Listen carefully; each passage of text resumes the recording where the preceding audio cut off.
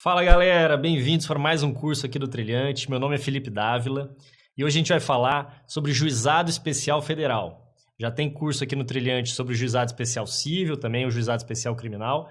Hoje a gente vai falar sobre o Juizado Especial Federal. Então vamos lá.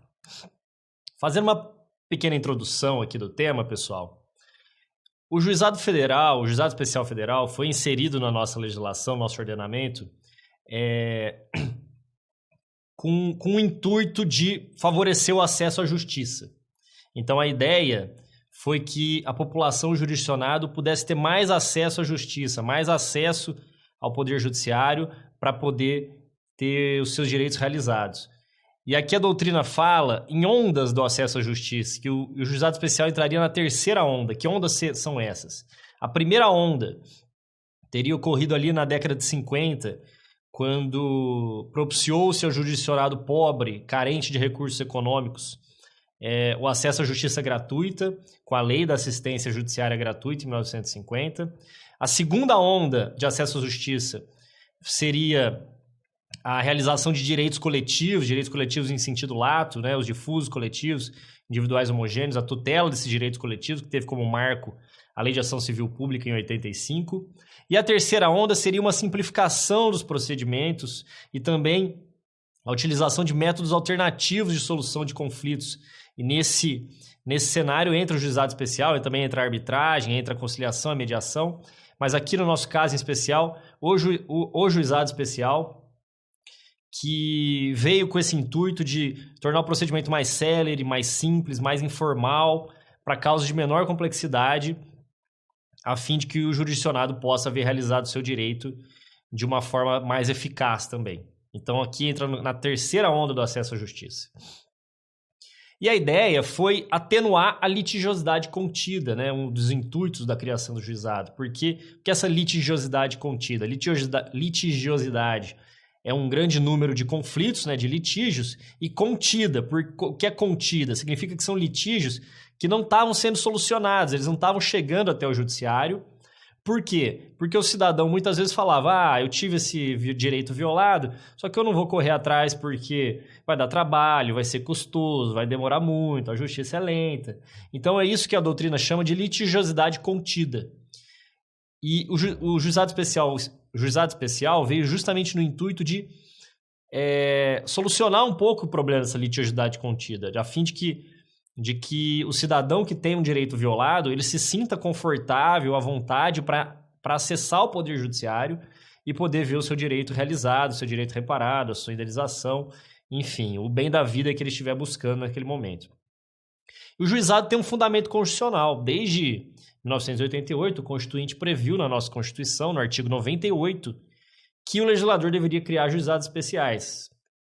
No próximo slide, a gente vai mostrar esse dispositivo da Constituição.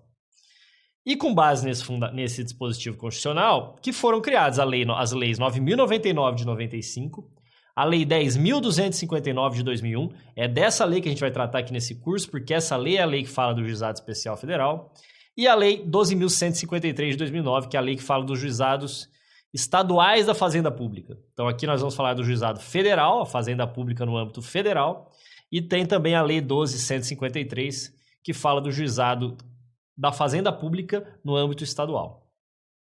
E aqui uma informação importante, que está logo no artigo 1º da Lei 10.259, que é a Lei do Juizado Especial Federal, que diz o seguinte, que a Lei 9.099 vai ser aplicada subsidiariamente para as situações do Juizado Especial Federal. Então, a Lei 9.099 seria aquele regramento geral dos juizados, ela trata os juizados especiais cíveis e criminais estaduais, e ela dá um regramento geral que vai ser aplicado também para o Juizado Especial Federal no que com ele for compatível.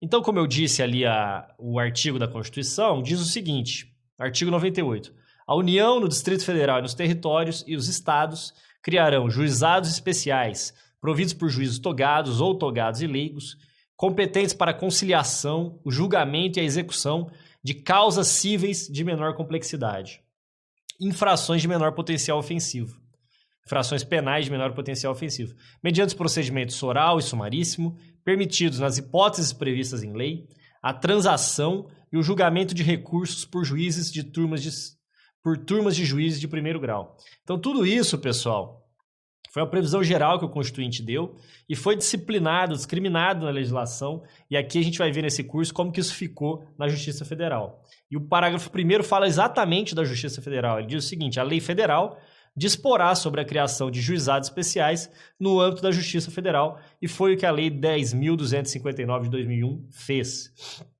E essa lei, pessoal, ela disciplinou especificamente o juizado federal no âmbito civil, que é o que a gente vai falar aqui nesse curso. Mas ela também disse que deve haver juizado especial federal no âmbito criminal para crimes federais, aplicando-se as normas da Lei 9.099 no que tange ao GCRIM, o Juizado Especial Criminal. Mas aqui, especificamente nesse curso, e é o que a lei dispõe em quase sua integralidade, a Lei 10.259, a gente vai falar sobre o Juizado Especial Federal na seara civil.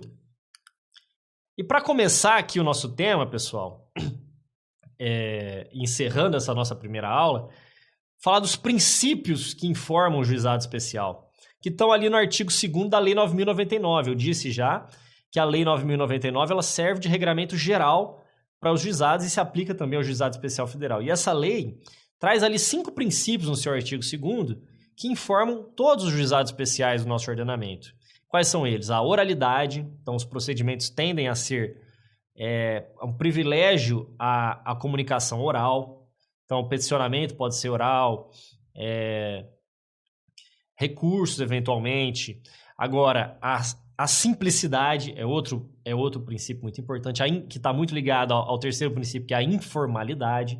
Então, as formas, não há um desapego àquelas formas, aquela rigidez quanto às formas.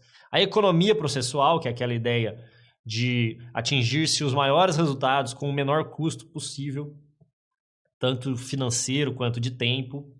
E a celeridade, né, a fim de que os processos sejam mais céleres. Aí também atenção ao princípio da duração razoável do processo, que está no artigo 5º da Constituição. A ideia foi simplificar os procedimentos. Você vê que todos esses princípios eles têm uma relação com o outro, né? A simplicidade deixa o processo mais célere, a oralidade deixa o processo mais simples. Então, todos esses princípios imbricados um com o outro informam o juizado especial. E a gente vai ver ao longo do nosso curso como que esses princípios foram aplicados nas regras específicas do Juizado Especial Federal. Próxima aula a gente continua, a gente começa a falar de competência das partes e disciplina o regramento do Juizado Especial Federal. Até lá, pessoal. Tchau, tchau.